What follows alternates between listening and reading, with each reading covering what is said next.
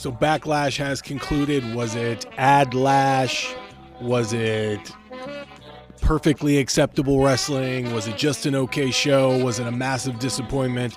Well, stay tuned to the end of the video and you're going to find out what the Wrestling Old Head thinks. But we're going to break this on down like a shotgun. This event had 5 matches, typically with WWE PLEs, at least the ones that we've had recently that aren't a part of like the big 5, you know, WrestleMania, Royal Rumble, Survivor Series, SummerSlam, and I guess you can throw in Money in the Bank if you want. Outside of those 5 PLEs, typically you get about 4 matches. The Saudi Arabia events typically would have 5, sometimes 6, but you know, they got to get their money's worth out there in Saudi Arabia because they're paying a hefty price tag to get the WWE to fly out that way. So that's understandable. But typically we get the 4 matches. We've got 5. And we also have an announcement from John Cena. What was that announcement, and was it earth-shattering? Well, if you haven't seen the show, allow me to break it on down for you. So let's start it off with the opening match of the evening. It was Braun Breaker against Seth Rollins. This was one of those matches that was left on the cutting room floor for WrestleMania. It was a match that we all kind of like figured that would have been one of the matches at WrestleMania, night 1 or night 2, coming out of the Royal Rumble. However, there were injuries with Braun Breaker, who suffered a hernia, and Seth Rollins, who I believe it was his shoulder that he injured or his knee, and I really can't remember which ligament was injured. They were both able to rehab and get back to 100%. Seth Rollins was then rotated into a match with Gunther, who was supposed to wrestle Rey Mysterio, but he was injured. And so then they factored like, well, we'll take Gunther and Seth Rollins, and even though Braun Breaker was cleared at that point, we'll hold that off, and now we get this match at Backlash. As far as the match goes, Braun Breaker looks like a superstar out there. Now, I'm not going to give you a match-by-match breakdown and whatnot. I'm just going to give you my thoughts because this video would be like 45 minutes long if I just broke down every move or every big spot. However, there were a few spots, and I'm not trying to nitpick, that were a little misfire, including one of the top rope Frankensteiners that Braun Breaker attempted in the midpoint, about a third of the way through their opening match here. He redeemed himself because he hit 2 consecutive Frankensteiners, top rope Frankensteiners, that was really good. And they have interesting chemistry. I mean, Seth Rollins, he biffed on a move at one point as well. But outside of those 2 misfires, I think they really work well together. And Seth Rollins, to me, he sells when he's up against a powerhouse. There are matches that he has where you wonder if he's got the psychology to work with this other performer. In this match, I felt like he had the psychology down and he was trying to make Braun Breaker look like a superstar. Braun Breaker is ready. I don't know any other way to say it. And if built right, you are going to have Obafemi against Braun Breaker, Obafemi against Gunther, Obafemi against Roman Reigns, and that should feed families for the next 5 years at the very least. You can even throw Jacob Fatu in that list as well. Those are your superstars of the future. And I only threw Roman Reigns in because he's prominently featured right now. But in the future, I don't know how much more Roman Reigns we're going to get.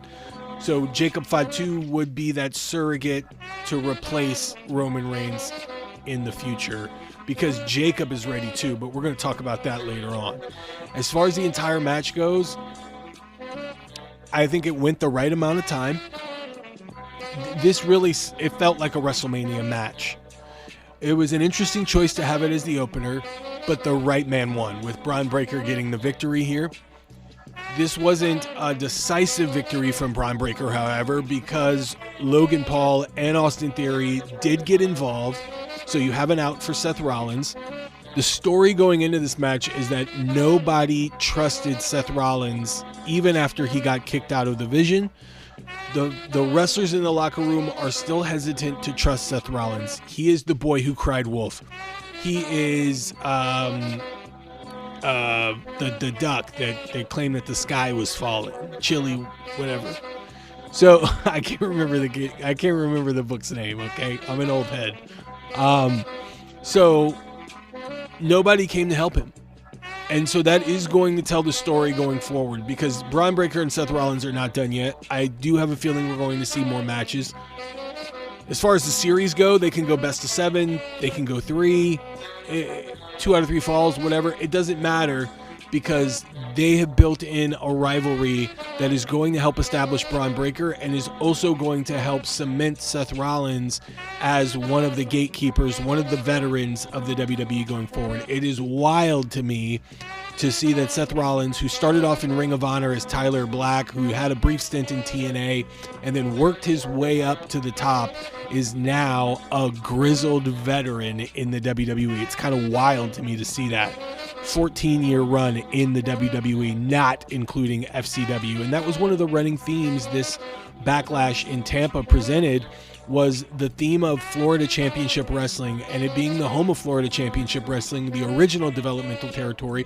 I shouldn't say that, the sequel to the developmental territory, because the original was Smoky Mountain Wrestling, you could say, and then even after Smoky Mountain Wrestling, it became Ohio Valley Wrestling, and after Ohio Valley Wrestling, and then it became FCW. So FCW did graduate a lot of superstars, and the running theme being FCW, it was only apropos that they bookended the card with an opening with Seth Rollins, who was one of the top graduates of FCW, and Roman Reigns at the main event, who again was one of the top graduates of FCW. So that was the run along theme here.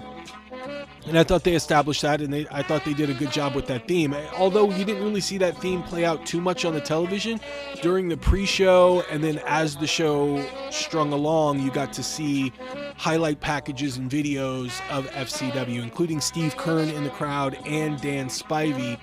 Dan Spivey, I don't think he had anything to do with FCW, but he was a Florida superstar, part of the original Skyscrapers with Sid Vicious. And Steve Kern, of course, was one of the trainers for FCW. So I just thought I'd throw that out a little early. As far as the Braun Breaker victory goes, it was the right move, and the match was what Scott Keith would call perfectly acceptable wrestling. It was not. It didn't quite hit match of the night territory to me, I must say, and that's just my opinion. I did like that the crowd was involved in it, and I definitely liked the pacing of the match, but it didn't quite hit match of the night for me. But we'll talk about match of the night later on. Next match, singles match for the United States Championship. It was Trick Williams against Sami Zayn. Trick Williams had little Yachty in his corner. This was a rematch from their match that happened at WrestleMania, and I think this match was just a tad bit better. The stakes were a little bit higher in this regard because Sami Zayn needed this win, and he also wanted to avenge the loss that he had at WrestleMania. Was he able to do it? Nah, he was not able to do it. And I think that it was nice to see Trick Williams sell a bit. You know, he showed a lot of prowess, and he showed a lot of maturity in the ring with Sami Zayn. So working with a legend, which is crazy to say that Sami Zayn, another grizzled young veteran here in the WWE, being in the WWE for this long, I like to see that these grizzled veterans are working with these younger guys, because it's going to help establish them. You know, I think the one thing that's missing is obviously the house show run, but I understand that it's better on the body. The mileage that these wrestlers get when they have to go on the road as long as they used to, like 20 to 30 years ago, was insane. And the body, the toll it took on their bodies, it definitely shortened their careers, and in some cases, unfortunately, it also shortened their lives. It was a crazier time. And it is nice to see that these guys have longevity, and it being that they're taking care of their bodies better. They're not into the poisons that some of the older wrestlers were into those 30 years ago. But it is also nice to see that their longevity is important. At 50 and 60 years old, they're still going to be able to perform in some form or fashion, which I do appreciate and I do like. However, with that lack of house shows, there's a lack of chemistry. Sometimes there's a lack of understanding of your character, because you're basically growing and evolving your character on television. And so there are a few select wrestlers that just have it, like Trick Williams and Obafemi, who are standouts, and Jacob Fatu as well, who came from the independents and just gets it. Like, he just understands it. You know, he's got the pacing, he's got the psychology, he's got the charisma. You know, he holds his own out there like he's been doing it for a long time. And even though he's been doing it on the independent scene, the way that he's doing it in the WWE, which is what is required of them to do it in the WWE, is just rare to see that without them having to really hone in and understand the WWE style. And they've done it in such quick succession. I got to give my hats off to him. But I think Trick Williams is learning a lot because he's working with someone like Sami Zayn, who typically would probably be in the car with him, riding along to different towns and wrestling 50 or 60 matches before they have this match on a PLE, where they're not doing that. So it's amazing to see the chemistry that they have in the ring, considering they're not working as many matches. Like, far as I know, this is the second match that they've ever had, and maybe they did a live event here or there, but they don't have 20 or 30 matches down where they have that built-in chemistry. Although, in my opinion, and this is my opinion, it seemed like they had 30 or 40 matches down with the way that they work together, which is, it's a testament. And I got to give my hats off to these guys. Was this match of the night? Not at all. It did go a bit longer than it went at WrestleMania, about 4 or 5 minutes longer than it went at WrestleMania. And it was good for what it was.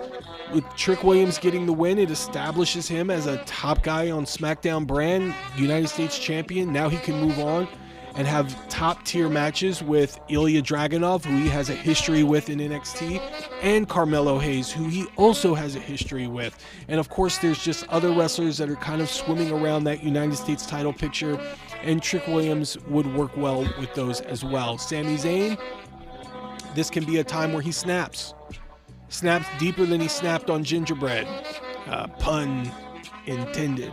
So Trick Williams gets the win here. Again, this was a little bit below perfectly acceptable wrestling to me, but it was fine for what it was.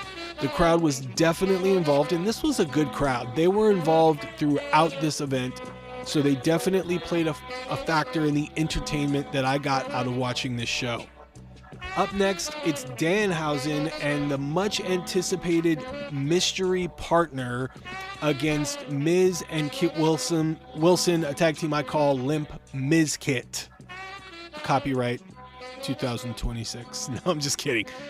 So who was the mystery partner for Danhausen? On SmackDown, he was working on a cloning machine and it self-destructed, so a lot of people then were all but sure that it was going to be Jelly Roll or CM Punk. I was thinking it was going to be Elton Prince that came out to fully curse Kit Wilson to get in his head. Elton Prince being his former tag team partner. Alas, it was not. It actually ended up being one of the little guys, the little person from WrestleMania segment that they had. And it's funny because going back, there was an interview with that little guy. I hope I'm saying that right. I know they like to be called midgets, but I'm trying to find a different way to say it here. Trying to be politically incorrect or politically correct, but I think I'm becoming more politically incorrect the more that I say it, but I digress.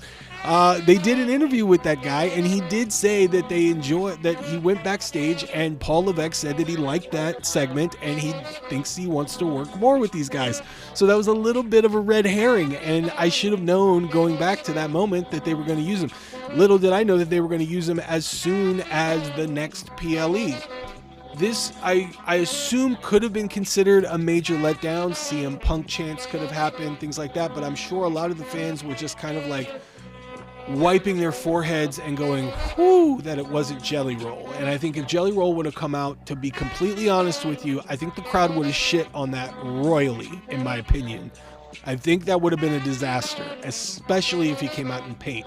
I think what the crowd really expected was CM Punk. If you go back and watch the pre-show, when they were talking about a potential partner, the fans back behind the control center that they had for the pre-show were chanting for CM Punk. They wanted to see CM Punk. This match went, in my opinion, a lot longer than it should have. Danhausen and Minihausen ended up getting the win here, and this match almost went 12 minutes. Way longer than it should have, in my opinion. And I think they're gonna need to be careful here with Obafemi and Danhausen specifically. They need to keep their aura. They need to keep their mystique. So they need to limit the amount of exposure that we get for those guys. I know that seems like it's very antiquated, and in today's time you want to flood the market with what's popular and what's working and just give them more of that. Kind of like a version of fan service, which the WWE has a lot of problems doing lately. They don't really want to do a lot of fan service. They want to do what's going to generate money. So I really question the amount of exposure that Danhausen is getting. I know he's crushing it in merchandise sales, and what is working, but if you want longevity with Danhausen, if you want this gimmick to work long into the future, then you want to make sure you limit that type of exposure, because overexposure is going to lead to people pushing back and not enjoying it as much. And I believe the same for Obafemi as well. You want to be careful, and you look no further than Roman Reigns' first run as a top guy in the WWE to see what overexposure can do. Now, obviously, he said suffer and succotash and a lot of bullshit that the writers gave him, and Roman powered through all of that. He shoveled all that shit in his mouth, and he ate it with a smile on his face, and ended up becoming one of the top guys because he persevered through that, which I don't know very many wrestlers, or generally any individual, that can do that and still maintain a level of popularity the way that Roman Reigns did. And I firmly believe it was him siding with Paul Heyman, and Paul Heyman helping him and guiding him to where he is at now, that really established Roman Reigns, because the amount and literal amount of shit that he had to take was almost insurmountable at a certain point. It was very impressive to see him work through that at that point, because he was dead in the water. I mean, crowds gave him X-Pac heat. If you know, you know. So anyways, back to the match. Yeah, it was longer than it should have been, and it's kind of rare, because WrestleMania, especially night 1 and night 2 of this year, it was like matches were just like going in quick succession, you know? They were just like boom, boom, boom. So it's kind of interesting that I'm saying this match went longer, but this was a comedy match through and through. This wasn't a match where, you know, it should have went that long. This should have been an in and out. This should have been like a 4 or 5 minute match. It really should have been. And then they should have moved on. And I don't know if they were like short. I don't know if they had like extra time and they were just kind of like working through that extra time, or what was going on. But yeah, it just felt longer than it should have been. The match was fine for what it was. It was entertaining. I'm sure a lot of people got a kick out of the Minihausen thing. At one point, Minihausen goes back into the cloning machine. He comes back out, and the other minis, they come running out and attack Kit Wilson and Miz. And yeah, it was fine for what it was. You know, it was that sports entertainment type of match. You know, it was sports entertainment through and through.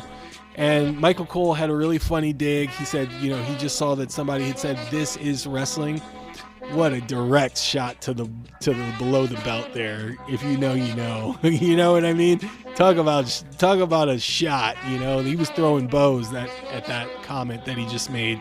I'm not going to elaborate on that, but if you know, you know. You know what I mean? So Danhausen gets the win here with Minihausen. Very glad that Jelly Roll wasn't a part of it. Thought it was going to be CM Punk. A lot of people thought it was even going to be Shane O'Mac, which would have been wild. So it is what it is. It was fine for what it was. And then we're going to go into Iyosky and Asuka.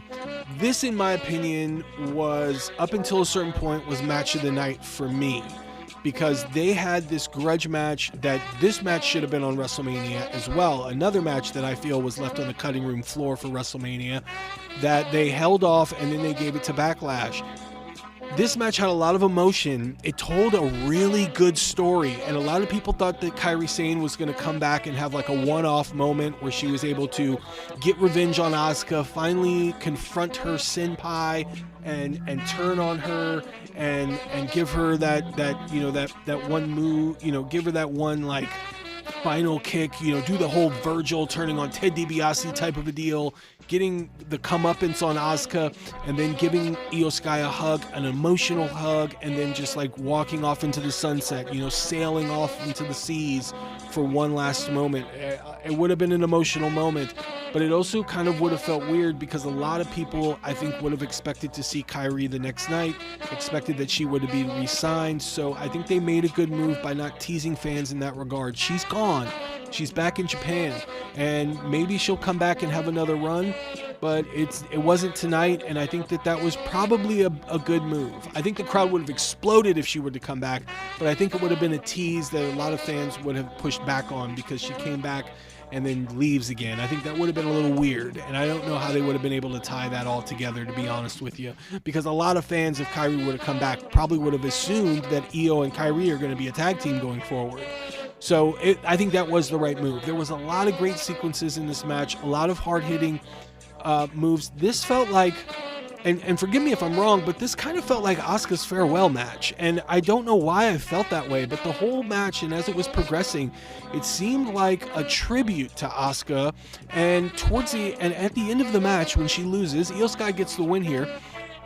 After the match is over, Io gets emotional with Asuka, and Asuka, gives mad respect to her, which I thought was really mad respect to Io, which I thought was really, really good and well done, because they left it all in the ring at that point, and there's really not much you can do to carry on this program after that. Io got her revenge, and it's over and it's said and done. But the way that Asuka left, she waved to the crowd. She looked like she was getting emotional, and then she left the ring and she was kind of waving to the crowd like bye, like that was it. Now I wouldn't be surprised if on Monday they say that she's released, or if that her contract is not going to get renewed. I really hope not, because I think you can still get a lot of mileage out of Asuka. And like I said, I still feel like pairing her with Julia would be the right move for her to continue that Senpai story by bringing in Julia and putting her under her wing. I think, in my opinion, is the right move. However, the way that match ended and the way she walked off, I think that might be it for Asuka, unfortunately. And it doesn't please me to say that. And I really hope that they don't go that route, but you guys tell me, you guys let me know in the comments what you thought. To me, that looked like it was her last match, and it was kind of wild to see, but great match. And I think that was my match of the night, actually. Spoiler alert there, but looking back at the way that story was told and the way that everything progressed, I gotta say that was my match of the night. It was close, but yeah, that was my match of the night. Up next after that, it was a little bit of an intermission, if you will. John Cena comes out and he makes this announcement that is going to change the face of the WWE. Those big announcements that we get far too much of. We got it in AEW with Tony Khan for a long run there, where it seemed like every other week he had this quote-unquote special announcement, always underwhelming, over-promised, under-delivered. A lot of that stuff that Paul Levesque was doing, promising this is a new era. This is a new era. And it was just like we were just sick of it, And so John Cena's coming out and we're like, oh, it probably has something to do with the WWE club. A lot of people were like, the big announcements, he's coming back to wrestle. Like, none of that stuff happened. What ended up happening was that he announced the John Cena Classic, which was kind of strung through the Saturday night's main event that he had, which was his retirement match. The whole show built around the younger stars against the legends. Sol Ruka was a part of that. Javon Evans was a part of that. Obafemi was a part of that. He wrestled Cody Rhodes. So this was like that idea sprung from this. And so the John Cena Classic is going to be fan service, fan participation. There's going to be a list of younger NXT talent that's going to wrestle some of the veterans of the WWE main roster. So obviously, since Will Cruz, I believe his name is, he goes by Mason Rook in NXT. Since his arrival, he kind of looks like Donkey Lips from Salute Your Shorts. If you know, that's an old head reference. So you young guys, give it a goog. But apparently he's got a lot of talent. Great performer. I watched an interview with him, and I can't remember the day that came out, but he talked about being inspired by Terry Gordy, by being inspired by Bam Bam Bigelow, by being inspired by Mike Awesome. Those are the guys a big guy like Mason Rooks should be looking up to, and a young guy like that to be that well studied. I mean, name dropping Terry Bam Bam Gordy is like, wow. So the guy is definitely well studied, and under the tutelage of some of the trainers in NXT will only do him better, in my opinion. The guy has a world ahead of him and seemingly has an endorsement by John Cena. So you gotta wonder if he's going to be a part of this at some point as well. And one of the craziest things is they introduced a title as well. This seemed to be like, and depending on when this actually happens, this is very reminiscent of the Continental Classic from AEW, in my opinion, because of the title being involved and all of this stuff. CC, the Cena Classic, the Continental Classic. There's just a lot of parallels with that, which I find fascinating. I'm not saying that they did this on purpose or that this was in direct competition with the Continental Classic, because I don't know when this is coming out. I don't know when this tournament is going to happen or whatnot. They may have dropped the date, but I didn't catch it, nor did I remember. I'll have to go back and check it out. It's an interesting idea, to say the least. One of the things that was most interesting was that the fans get to vote who wins. And he made a point to say that even if they lose, they might win, which reminds me of that quote from White Men Can't Jump, where they said, if you win, you actually lose. And if you lose, you actually win. And sometimes when you win, you actually tie. Go back and watch it. The original, not the remake that came out a couple of years ago. Go back and watch it. It holds up. Woody Harrelson, Wesley Snipes, great movie. Anyways, so John Cena's talking about this, and I can't help but wonder if that's what's going to happen. If that, you know, and the fans, by the way, were screaming for Obafemi.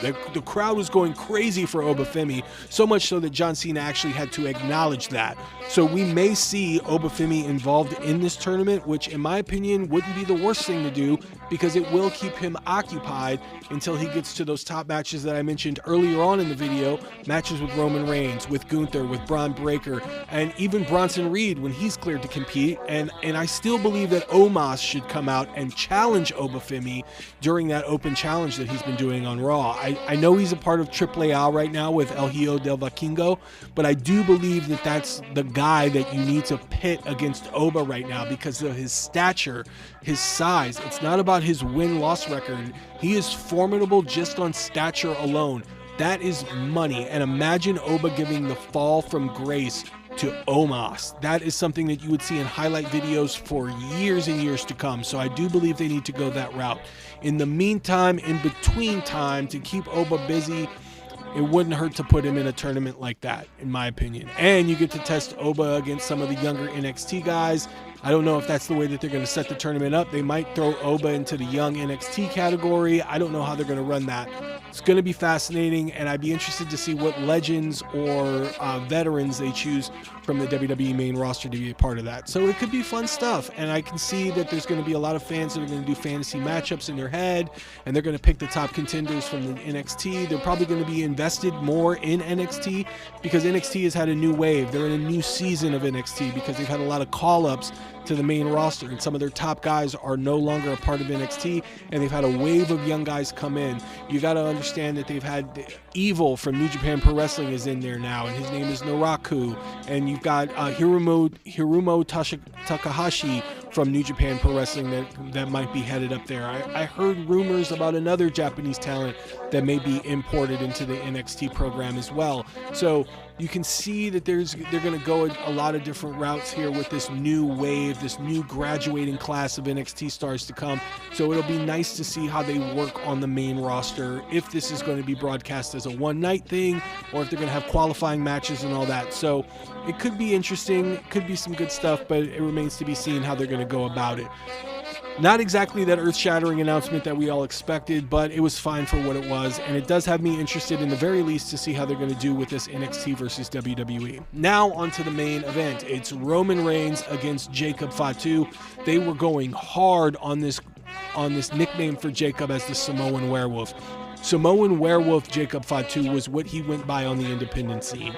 He was in no way a fan favorite. The run that he had in MLW was a vicious psycho that was breaking records as world champion, and he did this all over the independent scene. He was unhinged, and now that they've added the Tongan death grip to his arsenal, he came out and he definitely paid tribute to Haku. He paid tribute to the head shrinkers Samu and Fatu from the 90s. There was definitely an homage there, and he felt like he had to win the championship from Roman Reigns, and he was desperate in this attempt to do that. And he was definitely scorned that Roman Reigns did not bring him into the original bloodline, and Roman did not bring him into the original bloodline. The story is telling is because Jacob was just unhinged. He just didn't fit the WWE dynamic. And so Solo went and got him, and he was a mercenary, and they basically allowed him in. Solo brought the beast in. You can't bring him in unless he's invited. Well, he was invited in. And for a minute, Jacob became this big, huge, popular sensation. But after this match, we got to see the real Jacob Fatu, and we're going to get into that a little bit later. So as the match was progressing, it was definitely hard-hitting, spilled to the outside a lot. This was to showcase Jacob Fatu. Roman did a lot of selling, which he does really, really well. The match progressed at a very quickened pace. I think it was exciting for what it was. It was just a wild brawl for most of the match. Roman gets the victory here in a hard-fought match, and post-match, Jacob Fatu snaps, hits the Tongan Death Grip again, applies that Tongan Death Grip. The referee tries to get him off of Roman Reigns, and then the referee ends up eating a Samoan drop. This brings out producers and agents and officials alike, including Adam Pearce, who ends up taking a tumble to the outside by Jacob Fatu, which is probably going to cost him some money or maybe a suspension perhaps as well. This is where we see that this match was designed to turn Jacob Fatu into a bad guy again. He is now going down that road. And what's interesting to note is that the Usos, who were there because they were part of the pre-show, didn't show up at all. They did not come out to help Roman Reigns, even after the third Tongan Death Grip was applied to Roman Reigns post-match. I felt that was very, very interesting, and I think that's going to play a part on the story with Roman going forward. This is going to be a way, I don't know if they're going to write him off just yet, Roman Reigns that is, because we're still in the middle of May, and I think he's going to be going away in June. So they still have time, but I think that this is going to be a story that plays out over the summer, with Jacob probably putting Roman Reigns out of commission in the month of June. That's my thoughts on that. But I feel like we're building towards that, and this was very clear here. And Jacob is unhinged now. He has officially snapped, and he's going the way that he did when he was in Contra in MLW. If you know, you know. You should give that a goog. You should study up on Jacob Fatu's indie run, because we're going to see a variation of that, especially now that he's using the moniker of Samoan Werewolf. I thought this was fine for what it was. Almost my match of the night, just based on the post-match alone, because I am excited to see what they're going to do with Samoan Werewolf, Jacob Fatu. Ooh, Freudian slip there. But iyosky and Asuka, honestly, they stole the show, especially if this is Asuka's last match in the WWE. So, got to give the match of the night to iyosky and Asuka. With Jacob Fatu now going into bad guy territory, you got to wonder if he's going to be one of the challengers for Obafemi as well. So that would also, I would pay attention to that, but I would also be careful and tread lightly on that, because you want to build Jacob Fatu up in the similar stature of a Braun Breaker and of a Obafemi.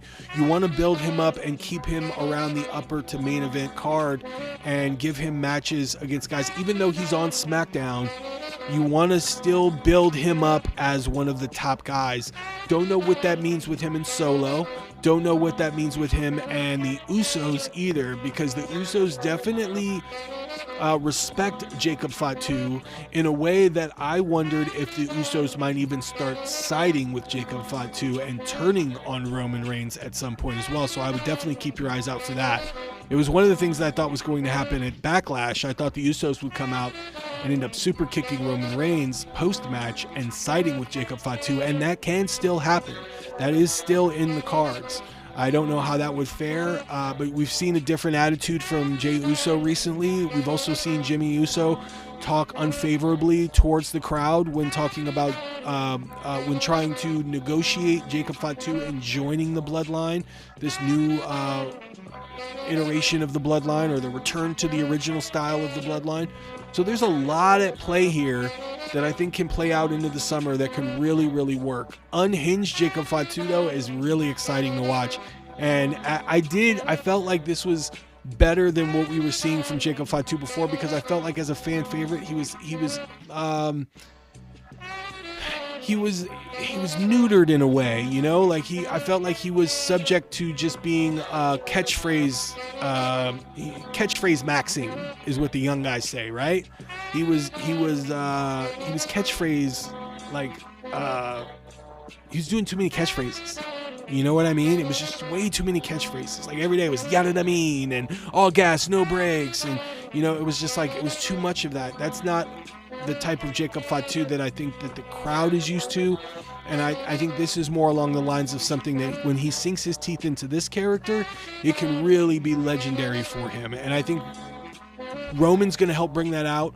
I hope that Paul Heyman is going to be a part of that creation of that as well. Not that he's going to side with Jacob Fatu necessarily. I'm speaking more along the lines of behind the scenes.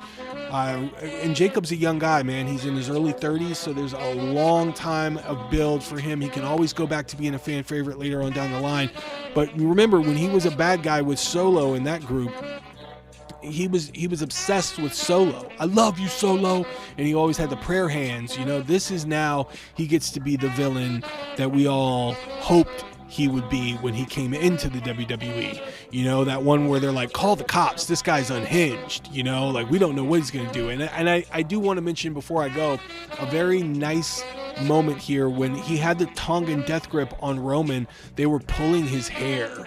And I loved that. I don't know if that was a suggestion by Jacob Fatu. I don't know if Jacob was like, pull my hair, or if that was like decided backstage, but I thought that was a nice touch because it was different than what we normally see where they're just like trying to grab the guy's arms to pull him off, and it obviously isn't like, they're not really tugging on his arms, you know, but like pulling his hair, it made him seem like an animal, you know, like it just made it seem like they couldn't get a hold of him, they couldn't control him, and that was a really nice touch there. So definitely not the end of Roman Reigns and Jacob Fatu, not the end of Seth Rollins and Braun Breaker, but maybe the end of Asuka, and I really hope not. But that's going to be the story playing out, and of course the John Cena Classic. So that's my thoughts overall. This wasn't a breakout PLE.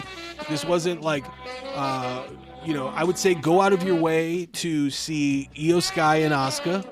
Go out of your way to see Braun Breaker and Seth Rollins, and go out of your way to see Roman Reigns and Jacob Fatu. I think that was a tale of three matches. None of them are like match of the year type quality except for iyosky and Asuka. I think that not necessarily like top three match of the year, but I think over time that's going to be really telling, especially the future of Asuka. That's going to be telling, you know, that's going to hold up as one of the classic matches between those two because they gave them enough time. There was enough story behind it to get me involved and captivated. Not saying that that's going to be match of the year at all, you guys, but I do say that they told a great story and the match played out well and the crowd was invested. That's what you hope for in professional wrestling. That right there, it wasn't the Danhausen segment, Michael Cole. That was professional wrestling. So guys, that's what the Wrestling Old Head thinks. You guys let me know in the comment section what you think of Backlash. What was your match of the night? What do you think of what I thought of Backlash? And where do you see going forward with Roman Reigns and Jacob Fatu? Is Jacob Fatu going to have the Usos join him? Is he going to get Royce Keys to join him and bring in a new faction of these unhinged guys from the streets? That could be also an interesting story to tell, to combat Roman and the Usos. There's so many different ways that they can go about that. And what do you think of the John Cena Classic? You guys let me know in the comment section, you guys. Thanks for watching.